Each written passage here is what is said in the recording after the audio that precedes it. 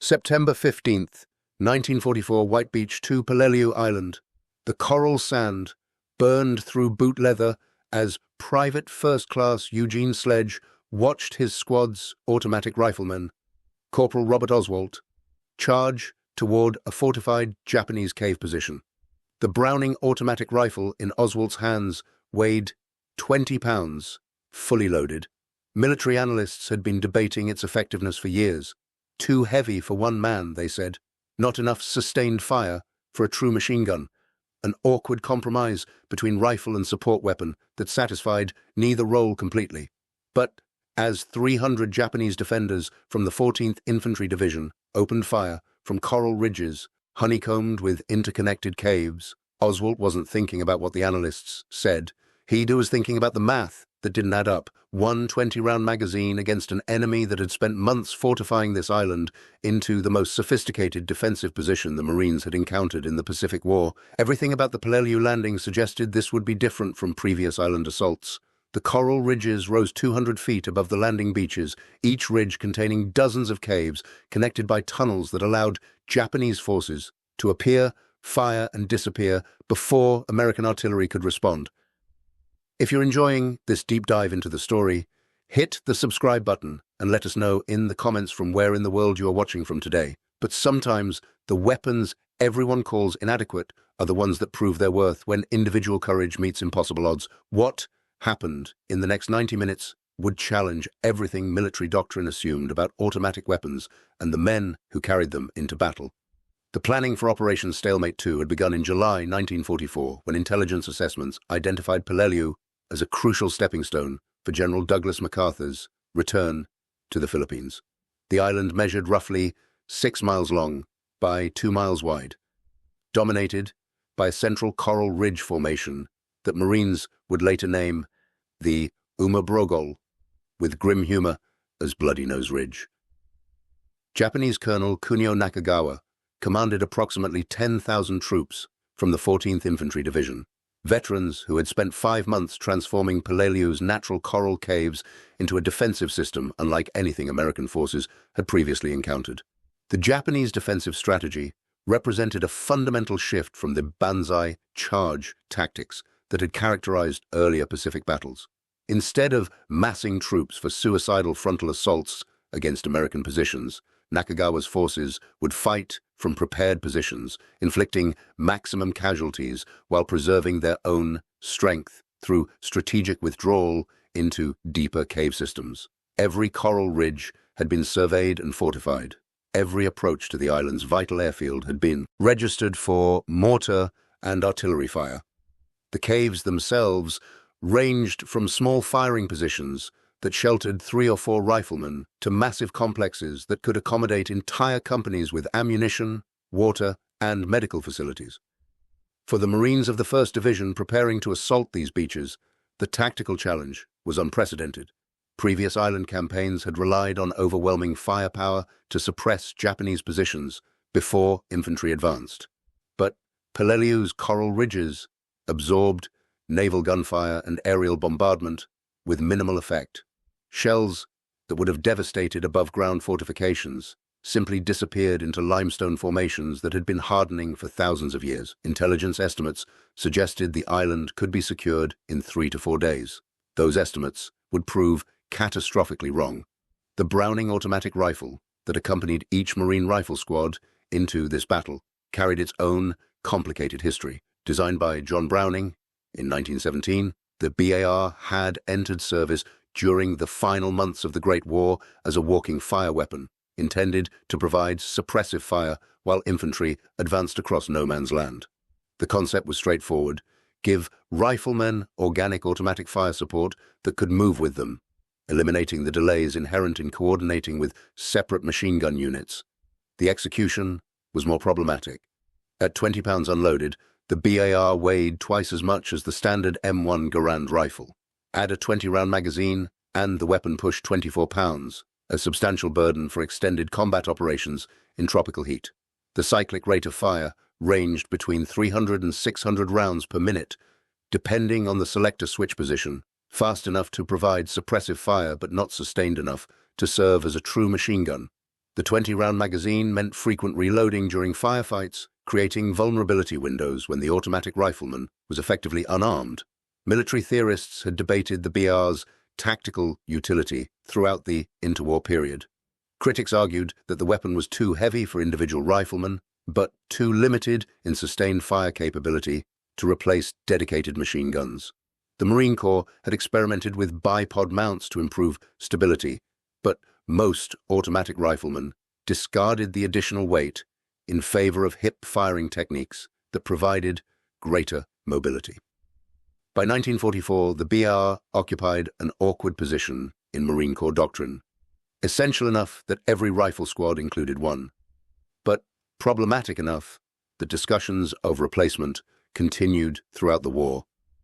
What the theorists missed was how the weapon performed in the hands of Marines who understood its capabilities and limitations completely. The BR was not a machine gun, and attempting to use it as such invited disaster when ammunition ran out during critical moments. But as a mobile, fire support weapon that could deliver short, devastating bursts at ranges where rifle fire was ineffective, the BAR provided tactical flexibility that transformed how infantry squads maneuvered under fire. The key was understanding that 20 rounds of automatic fire placed accurately mattered more than sustained fire delivered without precision. Corporal Robert Oswald had carried his BAR through the Cape Gloucester campaign in New Britain, where jungle warfare had taught him the weapon's peculiar rhythm. Short bursts of 3 to 5 rounds to conserve ammunition, constant awareness of magazine capacity to avoid being caught empty during enemy counterattacks, positioning that allowed rapid movement to alternate firing positions before Japanese soldiers could target the distinctive muzzle flash of automatic fire. The weapon had become an extension of his tactical thinking, a tool that responded to situations where rifle fire was insufficient, but machine gun support was unavailable or inappropriate. As his landing craft approached White Beach 2 on the morning of September the 15th, Oswald checked his BAR one final time. The weapon was clean, properly lubricated, despite the salt spray that corroded everything in the amphibious assault environment. He carried 12 20-round magazines in pouches distributed across his combat webbing, 240 rounds total. Standard load for BAR men was 10 magazines, but Oswald had scrounged additional ammunition during the chaotic loading operations, understanding that Peleliu would likely consume ammunition faster than supply lines could deliver it. The naval bombardment that preceded the landing was the heaviest concentration of firepower the Navy had delivered in the Pacific War. Battleships, cruisers, and destroyers poured shells into the coral ridges for 3 days, transforming the island into a moonscape of shattered coral and burning vegetation. Navy pilots dropped bombs and napalm on identified Japanese positions with confidence that no defensive force could survive such punishment. Intelligence officers assured Marine commanders that organized resistance would be minimal, that the landing would proceed according to the optimistic timetables that had characterized planning documents. The first wave of Amtraks churned through the surf toward beaches that appeared deserted in the morning sunlight. Oswald crouched behind the armored sides of his landing vehicle, feeling the BR's weight across his knees, watching other Marines make the small adjustments to equipment that preceded combat. Some checked their rifles one final time. Others simply stared toward the beach with the 1,000-yard gaze that came from previous island assaults. The diesel engines roared over the sound of distant explosions as Navy gunfire continued to pound the ridges behind the beach. The Amtrak's bow ramp dropped into shallow water, 30 yards from shore, and Oswald's squad surged forward into what should have been a secured landing zone. The first indication that intelligence estimates were catastrophically wrong came when Japanese machine gun fire erupted from positions that naval gunfire had supposedly destroyed. Bullets churned the water around struggling Marines, while mortar rounds began walking across the beach with the precision that came from pre-registered fire coordinates. The coral sand that burned through boot leather provided no cover, no protection from plunging fire that came from elevation angles the Marines couldn't immediately identify. Oswald made it to the seawall that marked the inland edge of the beach, a coral formation perhaps 4 feet high that provided minimal cover from the ridge positions behind it.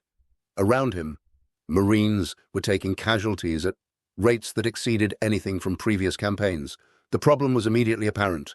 Japanese defenders were firing from cave positions that were invisible from the beach, then withdrawing deeper into the coral before American return fire could be effective. The traditional tactic of suppressing enemy positions with superior firepower meant nothing when enemy positions couldn't be identified or damaged. His squad leader, Sergeant James McInerney, crawled along the seawall, checking his Marines and assessing the tactical situation with the grim professionalism that came from surviving previous island assaults. "Oswald, we need to push inland toward that ridge. Can't stay pinned on this beach, or we're dead by nightfall." The corporal studied the terrain between the seawall and the first coral ridge, perhaps 200 yards distant. The ground was completely exposed, offering no cover except shallow shell craters that might shelter 1 or 2 men. Japanese fire was coming from multiple cave positions at different elevations, creating overlapping fields of fire that made movement suicidal. But staying on the beach was equally suicidal. Japanese mortar crews had the entire landing zone registered and were methodically dropping rounds into concentrations of Marines seeking cover behind the seawall. The tactical mathematics were brutal. Advance across open ground under fire from fortified positions, or remain stationary and be destroyed by indirect fire. Neither option offered acceptable survival odds, but only one option allowed the possibility of closing with enemy positions where the BAR might make a difference. The advance began as a series of short rushes from one shell crater to the next, Marines moving in fire teams while others provided covering fire against cave positions they couldn't actually see. Oswald moved with his squad, the bar ready but conserving ammunition until targets presented themselves. The weapon's weight became oppressive in the tropical heat, each movement requiring conscious effort as exhaustion and adrenaline competed for dominance. Around him, Marines were falling to rifle fire and mortar fragments, the careful tactical formations dissolving into individual survival as Japanese defensive fire intensified. They were 50 yards from the seawall when Oswald saw his first clear target, a Japanese machine gun position in a cave entrance perhaps 60 yards up the ridge slope, the muzzle flash visible for perhaps 2 seconds before the gunner withdrew deeper into the coral. It wasn't much, but it was enough. He triggered a 6-round burst that chewed coral around the cave entrance, not expecting to hit the gunner, but forcing him to take cover long enough for Marine riflemen to advance another 20 yards. The BR's effectiveness in this role became immediately apparent. Where rifle fire was too dispersed to suppress cave positions effectively, and where machine gun support was unavailable because the weapons couldn't be moved forward fast enough, the automatic rifle provided precise bursts that forced Japanese defenders to take cover during critical moments. Oswald began working in coordination with his squad's riflemen, identifying cave positions, delivering suppressive fire, then moving forward while others covered his advancement. But the ammunition consumption was staggering. He had fired 4 magazines in the first 20 minutes of the advance, 80 rounds that had suppressed perhaps 6 different cave positions, but hadn't neutralized any of them. The tactical problem was becoming clear.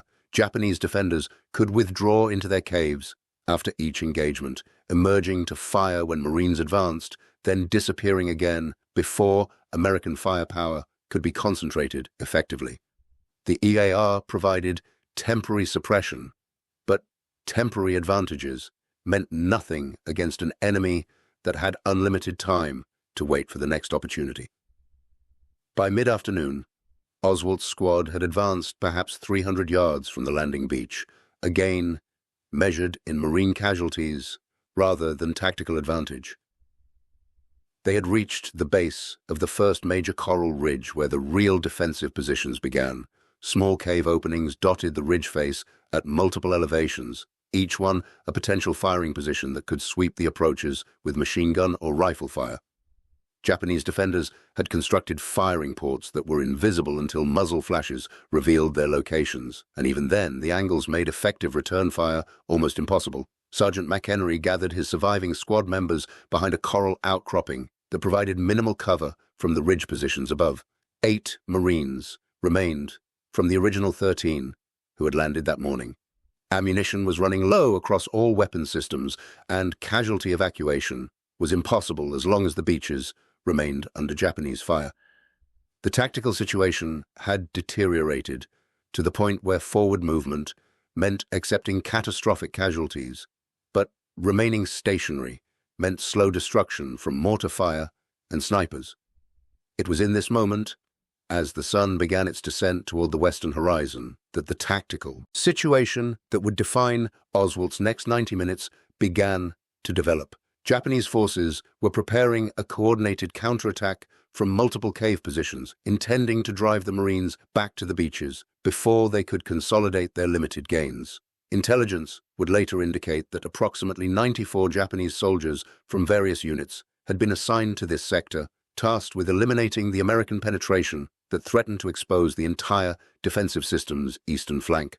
Oswald had 4 magazines remaining for his BAR, 80 rounds of ammunition that would have to cover whatever came next. The weapon that analysts called inadequate was about to face its most severe test in the hands of a Marine who understood that sometimes survival depended not on the tools you wished you had, but on extracting maximum effectiveness from the tools you were given. The counterattack began without the dramatic warning that characterized earlier Pacific battles. No screaming banzai charges, no massed formations rushing across open ground. Instead, Japanese soldiers began appearing from cave positions that Marines had assumed were empty or had already been cleared. Small groups of 3 to 5 men moving with tactical discipline, using coral formations for cover while advancing toward positions where Oswald's squad had taken shelter. Sergeant McHenry spotted the movement first, his combat experience, recognizing the coordinated nature of what appeared to be independent actions. "Oswald, we've got multiple groups converging on our position. They're trying to push us back to the beach." The tactical assessment was accurate and terrifying. Japanese forces were emerging from at least 6 different cave positions, creating a semicircle of advancing infantry that would overwhelm the 8 remaining Marines through sheer numerical superiority. Oswald's response emerged from the combat calculus that separated effective automatic riflemen from those who simply carried the weapon. He had 80 rounds remaining across 4 magazines. The advancing Japanese soldiers numbered at least 30 in the initial wave, with more likely waiting in reserve positions. Traditional suppressive fire would exhaust his ammunition within seconds, leaving the squad defenseless during the critical moments when enemy soldiers closed to grenade range. Instead, he began working the bar like a precision instrument rather than a blunt force weapon. The first group of Japanese soldiers emerged from a cave entrance 40 yards up the ridge, moving in a loose formation that suggested confidence in their tactical position. Oswald waited until all 5 men were exposed in the open, then triggered a 7-round burst that caught the lead soldiers before they could take cover. The psychological impact was immediate. The surviving Japanese soldiers dove for cover. Their advance halted as they reassessed what they had assumed would be a weakly defended position. The second group was approaching from a different angle, attempting to flank the Marine position while attention was focused on the ridge above. Oswald shifted his aim with the fluid economy of movement that came from carrying a 20-pound weapon through months of jungle combat. Another burst, this one only 5 rounds, forcing the flanking group to take cover behind coral formations that offered protection but eliminated their ability to advance effectively. The BR's tactical advantage in this situation was becoming apparent. Japanese soldiers advancing from multiple directions expected to overwhelm the position through coordinated assault, but the automatic rifle could shift between targets faster than enemy forces could coordinate their movements. Each burst didn't need to achieve kills. It only needed to disrupt the timing of coordinated attacks, forcing Japanese soldiers to take cover while Oswald's squad maintained defensive coherence. Private Eugene Sledge, positioned to Oswald's left with his M1 Garand, watched the automatic rifleman work with professional admiration that would later appear in his memoir. The BR wasn't being used as a machine gun, delivering sustained suppressive fire. but as a surgical instrument that delivered precise bursts at critical moments when enemy formations were most vulnerable. The weapon's 20-round magazine limitation, so often criticized by military analysts, actually enforced the kind of fire discipline that made each burst count. But the ammunition situation remained critical. Oswald had fired perhaps 30 rounds across multiple targets, leaving 50 rounds distributed across 3 magazines and 1 partial magazine still in the weapon. The Japanese counterattack was intensifying rather than weakening, with additional soldiers emerging from cave positions that suggested this was a coordinated effort involving more forces than initial estimates had indicated. The third wave of Japanese soldiers approached with tactical adjustments that reflected their growing understanding of the defensive position's capabilities. Rather than advancing in exposed groups, they moved individually using every coral formation and shell crater for cover, making themselves difficult targets for automatic fire. The psychological pressure was mounting as enemy soldiers closed to ranges where grenades became viable weapons, threatening to overwhelm the position through sheer proximity rather than direct assault. Oswald's squad was beginning to fragment under the pressure. 2 Marines had moved to cover the left flank, where Japanese infiltrators were attempting to work around the position. Another Marine was providing first aid to a wounded squadmate whose leg had been shattered by rifle fire. The defensive cohesion that had held through the initial counterattack was dissolving as individual survival instincts competed with tactical discipline. It was Sergeant McInerney who made the tactical decision that would define the engagement's next phase. Rather than attempting to hold a static position that was being surrounded, the squad would conduct a fighting withdrawal toward a more defensible coral outcropping, approximately 30 yards to their rear. The maneuver required covering fire that could suppress multiple enemy positions simultaneously, while Marines moved across exposed ground. The only weapon system capable of providing that coverage was Oswald's bar. The corporal understood immediately what was being asked of him. He would remain in position while his squad withdrew, delivering suppressive fire against every Japanese position that attempted to engage the moving Marines. His survival depended entirely on his ability to conserve ammunition while maintaining sufficient volume of fire to keep enemy soldiers pinned in their positions. The math was brutal. 8 Marines, needing perhaps 90 seconds to reach the alternate position, against an estimated 40 to 50 Japanese soldiers positioned to intercept their movement. Oswald had 45 rounds remaining. 5 rounds per position would cover 9 separate targets. It would have to be enough. The withdrawal began with Marines moving in pairs, one providing covering fire while the other sprinted toward the designated position. Oswald triggered short bursts against cave positions that showed signs of movement, the distinctive crack of the BAR echoing across the coral ridges. Japanese return fire intensified immediately as enemy soldiers recognized the tactical maneuver and attempted to catch Marines in the open. A Japanese machine gun opened fire from a position that had remained silent throughout the afternoon, its gunner having waited for precisely this moment when American forces were most vulnerable. The sustained fire raked the ground between the 2 positions, forcing Marines to take cover in shallow depressions that offered minimal protection. Oswald shifted his aim toward the muzzle flash, triggering an 8-round burst that silenced the weapon temporarily as its gunner sought cover from the incoming automatic fire.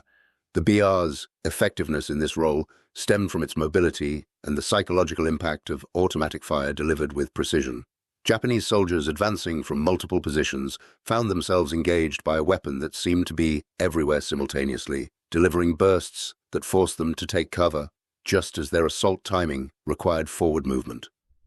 The coordination necessary for successful counterattacks was dissolving under fire from a single automatic rifle operated by a Marine who understood that ammunition, conservation, and target prioritization mattered more than volume of fire. Private First-Class Sledge made his dash toward the alternate position, with Oswald's covering fire snapping past his head toward a Japanese soldier who had emerged from cover to engage the running Marine. The burst caught the enemy soldier mid-stride, the visible impact, demonstrating that the bar's effectiveness extended beyond suppression when situations demanded accurate fire. Sledge reached the coral outcropping and immediately began returning fire with his Garand, providing cover for the next pair of Marines making their withdrawal. Oswald had fired perhaps 35 of his remaining 45 rounds, leaving 10 rounds in his final magazine. 3 Marines were still moving toward the alternate position, and Japanese soldiers were beginning to understand that the covering fire was coming from a single position that could be overwhelmed once the other Americans withdrew. Small groups were beginning to converge on Oswald's location, with the tactical discipline that characterized veteran Japanese infantry coordinating their movements to attack simultaneously from multiple directions. The final phase of the withdrawal required Oswald to move from his position while maintaining suppressive fire against advancing enemy soldiers. The tactical maneuver was virtually impossible according to doctrinal standards. A single automatic rifleman couldn't maintain effective covering fire while simultaneously conducting tactical movement across exposed terrain. But doctrine had been written by analysts who had never faced the specific conditions developing on this coral ridge, where survival depended on violating every principle of fire and movement that peacetime training had emphasized. Oswald began his movement backward toward the alternate position, firing short bursts from a standing position that allowed rapid relocation between coral formations. The bar's weight, so problematic during the afternoon's advance, now provided stability for hip firing that placed rounds close enough to advancing Japanese soldiers to force defensive reactions. He was no longer aiming in the traditional sense, but rather delivering fire into zones where enemy movement had been detected, creating psychological pressure that disrupted attack coordination. A Japanese grenade exploded perhaps 15 feet from his position, the fragmentation peppering his helmet and uniform but causing no serious wounds. The explosion revealed at least 5 enemy soldiers positioned for a coordinated rush once Oswald's fire slackened. He triggered his final burst, 6 rounds that swept across the coral formation where the grenade had originated, then turned and sprinted the final 20 yards to where his squad had established their alternate defensive position. If you find this story engaging, please take a moment to subscribe and enable notifications. It helps us continue producing in-depth content like this. The movement across exposed ground, while Japanese soldiers fired from multiple positions, should have been suicidal. Rifle bullets snapped through the air close enough that Oswald could hear their passage. Mortar rounds were falling with increasing accuracy as enemy observers adjusted fire, and at least 3 separate machine gun positions were delivering sustained fire toward the retreating Marines. But he reached the coral outcropping, where Sergeant McInerney was coordinating defensive fires, diving into cover as automatic fire chewed coral fragments from the formation's edge. "How much ammunition do you have left?" McInerney's question reflected the critical importance of the BR to their continued survival. Oswald checked his pouches and found them empty except for 1 partial magazine containing perhaps 4 rounds. "I'm effectively out, Sergeant. Got maybe 1 more burst if I'm lucky." The tactical situation had reached its critical point. The squad's most effective weapon was nearly exhausted. Japanese forces were converging on their position from multiple directions, and evacuation remained impossible as long as the beaches stayed under enemy fire. What happened next would be debated in after-action reports and tactical studies for the remainder of the war. Rather than conserving his final rounds for a last-ditch defensive effort, Oswald made the tactical decision to expend his remaining ammunition in a deliberate provocation designed to alter Japanese tactical calculations. He exposed himself above the coral outcropping and triggered his final 4 rounds toward the nearest concentration of enemy soldiers, making his position unmistakably clear while simultaneously announcing that the automatic rifle that had dominated the engagement was now silent. The Japanese response was immediate and predictable. Recognizing that the most dangerous weapon in the American position was now neutralized, squad leaders ordered a coordinated assault from multiple directions.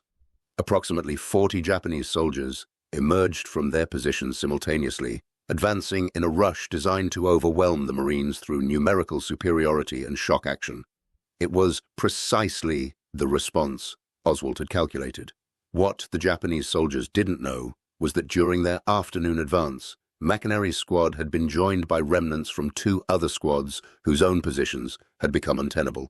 The coral outcropping now sheltered not 8 Marines, but 17, each armed with an M1 Garand rifle and carrying full ammunition loads. More critically, a Marine machine gun crew had reached the position during the confusion of the withdrawal, manhandling their water-cooled Browning M1917 into a firing position that covered the primary approach route.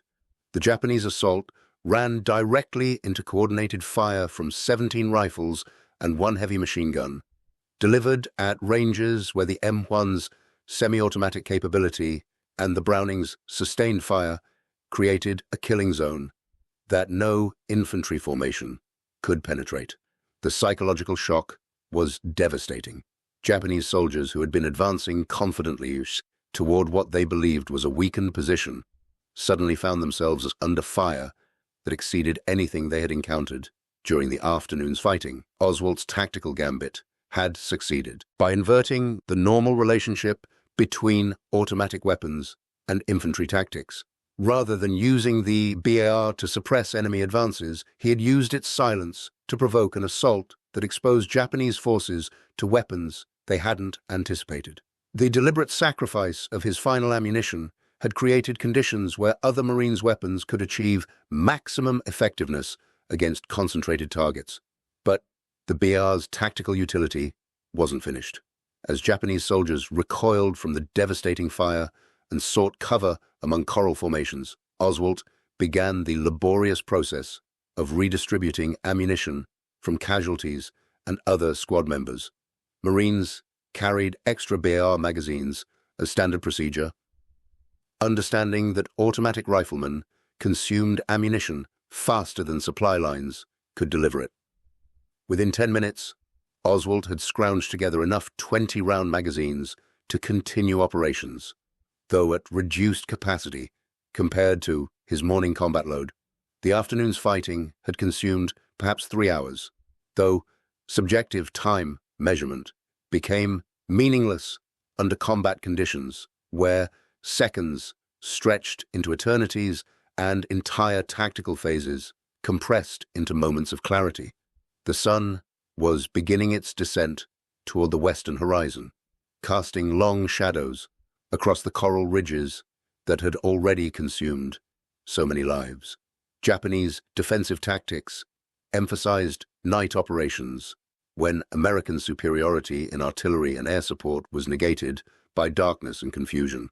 McInerney understood that holding their position through the night would require sustained vigilance against infiltration attempts and coordinated assaults under conditions where visual identification was impossible. The BAR would be critical for responding to threats that developed too quickly for machine gun traverse or that emerged at ranges where rifle fire was insufficient. Oswald's weapon had evolved from offensive support during the afternoon advance to defensive insurance during the night fighting that was approaching. As twilight deepened into full darkness, the tactical situation stabilized into an uneasy standoff. Japanese forces maintained their positions in the coral ridges, occasionally probing Marine defenses with small groups designed to identify weak points or gaps in coverage. American forces held their limited gains, understanding that attempting further advances in darkness would be suicidal against an enemy that had spent months learning every coral formation and cave system on the island. Oswald settled into the defensive routine that would define the next several hours. Short rest periods, alternating with heightened alertness when sounds suggested enemy movement, constant awareness of ammunition status and weapon condition, despite darkness that made detailed inspections impossible. The psychological strain of knowing that Japanese soldiers were moving through the coral formations, perhaps 20 yards away, waiting for the moment when American vigilance slackened enough to allow successful infiltration. The first night assault came around 2200 hours, announced by grenades exploding among the Marine positions, followed immediately by rushing footsteps and shouted commands in Japanese. Oswald triggered short bursts towards sounds rather than visible targets. The muzzle flash from his bar briefly illuminating scenes of desperate close-quarters fighting where Marines and Japanese soldiers grappled with rifles, bayonets, and entrenching tools. The automatic fire disrupted the assault's coordination long enough for other Marines to establish firing lines that drove the attackers back into darkness. The pattern repeated throughout the night, with variations that suggested Japanese commanders were systematically testing different approaches and tactics.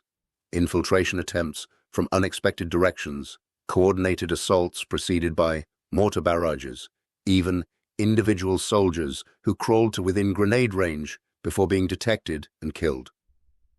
Each incident consumed ammunition and psychological reserves that couldn't be easily replaced, grinding down the defenders through accumulated stress rather than single catastrophic events. Dawn on September 16th revealed the tactical price of holding this particular section of Coral Ridge.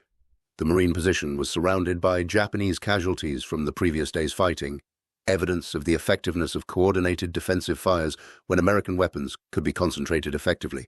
But Marine casualties had also mounted throughout the night, with several men wounded seriously enough to require evacuation once the beaches could be secured sufficiently to allow casualty transport. Oswald's bar showed the effects of sustained combat operations. The barrel was fouled with carbon deposits that reduced accuracy and reliability.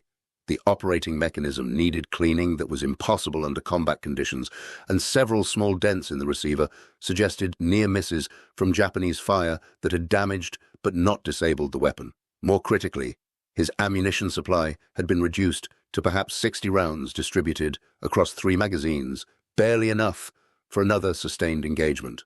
But the tactical situation was evolving in ways that would ultimately validate the previous day's sacrifice.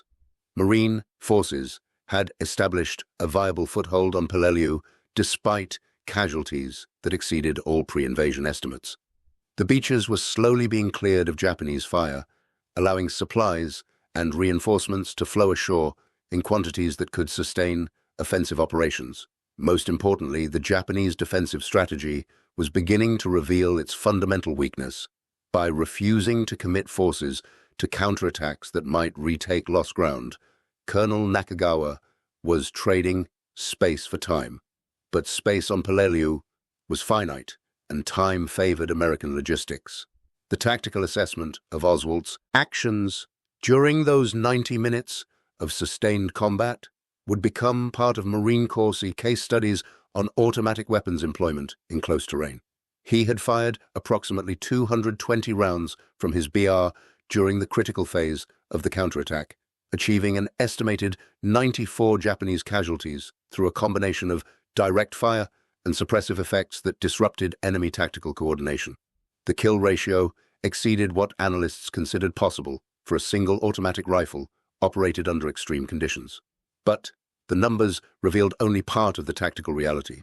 Oswald's effectiveness stemmed not from the weapon's technical specifications, but from his understanding of how to employ automatic fire in situations where sustained suppressive fire was counterproductive.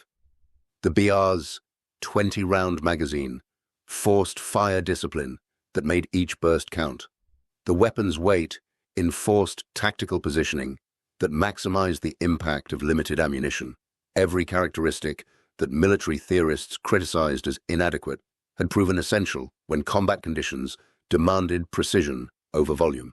The broader Peleliu campaign would continue for another 2 months, consuming the 1st Marine Division's combat effectiveness and requiring Army reinforcements to finally secure the island. The tactical lessons learned during those opening hours of the assault would influence Pacific War doctrine for the remainder of the conflict. Japanese defensive positions constructed in coral caves required tactics that emphasized small unit coordination and precision weapons employment over the massive firepower concentrations that had characterized earlier island assaults.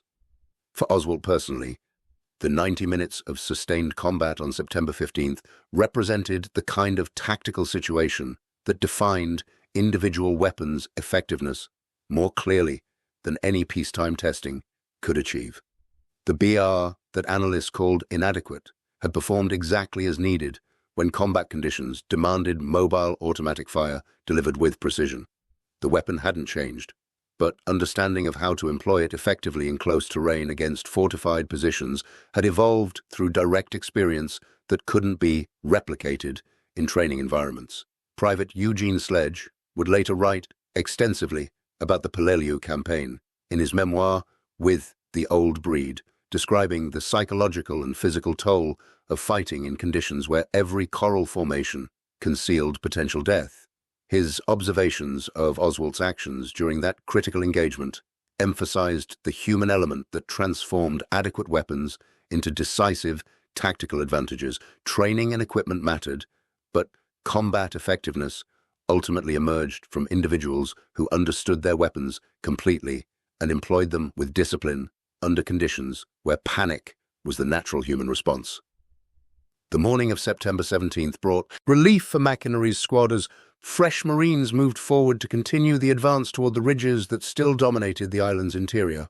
Oswald's bar was turned over to an armorer for cleaning and maintenance that couldn't be conducted in forward positions, while the corporal himself was pulled back to the beach for medical evaluation of minor wounds that hadn't been apparent during the sustained combat of the previous 36 hours.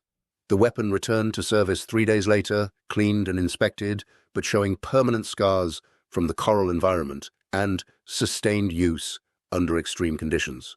The dents in the receiver remained, physical evidence of near misses that had failed to disable the automatic rifle when its continued function was critical to squad survival. Oswald would carry that same weapon through the remainder of the Peleliu campaign and into subsequent operations, developing the kind of intimate familiarity that came from mutual dependence under combat conditions. The tactical analysis of automatic weapons employment in close terrain continued throughout the Pacific War, with Peleliu providing crucial evidence that informed doctrine development. The BR's limitations were undeniable. 20-round magazines meant frequent reloading during sustained engagements. The weapon's weight created physical challenges during extended operations in tropical heat. The absence of a quick-change barrel meant sustained fire degraded accuracy through barrel heating. But these limitations had to be evaluated against the weapon's demonstrated effectiveness in situations where mobility and precision mattered more than sustained suppressive fire. Military analysts studying the Peleliu campaign identified several tactical principles that emerged from actions like Oswald's 90-minute engagement. Automatic weapons in close terrain required fire discipline that conserved ammunition while maintaining psychological pressure on enemy forces. The 20-round magazine limitation enforced exactly this kind of discipline, making each burst a deliberate tactical decision rather than reflexive response. The weapon's mobility allowed automatic riflemen to reposition rapidly in response to changing tactical situations, maintaining defensive flexibility that heavy machine guns couldn't provide. Most significantly, the BAR's effectiveness depended almost entirely on the skill and tactical understanding of the Marine carrying it. In the hands of someone who treated it as a light machine gun, delivering sustained suppressive fire, the weapon exhausted its ammunition quickly while achieving limited tactical results. But employed by someone who understood it as a precision automatic rifle, delivering deliberate bursts at critical moments, the BAR transformed squad-level tactics by providing fire support that was immediately available without coordination delays. The debate over the BAR's adequacy as a weapon system would continue through the war's end and into subsequent conflicts. Critics would point to its limitations compared to belt-fed automatic weapons with quick-change barrels and sustained fire capability. Advocates would emphasize its demonstrated effectiveness in the hands of trained operators who understood its tactical niche. But the fundamental truth revealed on Peleliu's coral ridges was simpler than either position acknowledged. Weapon effectiveness emerged from the intersection of technical capability, tactical employment, and human skill. The BAR was adequate because Marines like Corporal Robert Oswald made it adequate through understanding that sometimes survival depended on extracting maximum performance from available tools rather than wishing for perfect solutions. As the sun set on September 17, 1944, Oswald sat on White Beach 2, cleaning coral dust from his equipment and contemplating the previous day's fighting with the emotional detachment that combat veterans developed as psychological protection. 94 Japanese soldiers had died in 90 minutes of sustained combat, a tactical result that would appear in after-action reports and casualty statistics.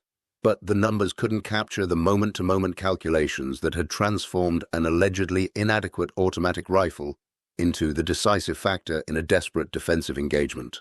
The coral ridges of Peleliu would consume thousands more lives before the island was finally secured in late November. The tactics developed during those opening assaults would influence Marine Corps doctrine throughout the remainder of the Pacific War and into future conflicts where close terrain negated technological advantages. And the Browning automatic rifle, that analysts called inadequate, would continue serving in frontline units carried by Marines who understood that weapon effectiveness was measured not by technical specifications, but by results achieved when individual courage met impossible tactical situations. Thank you for watching. For more detailed historical breakdowns, check out the other videos on your screen now and don't forget to subscribe.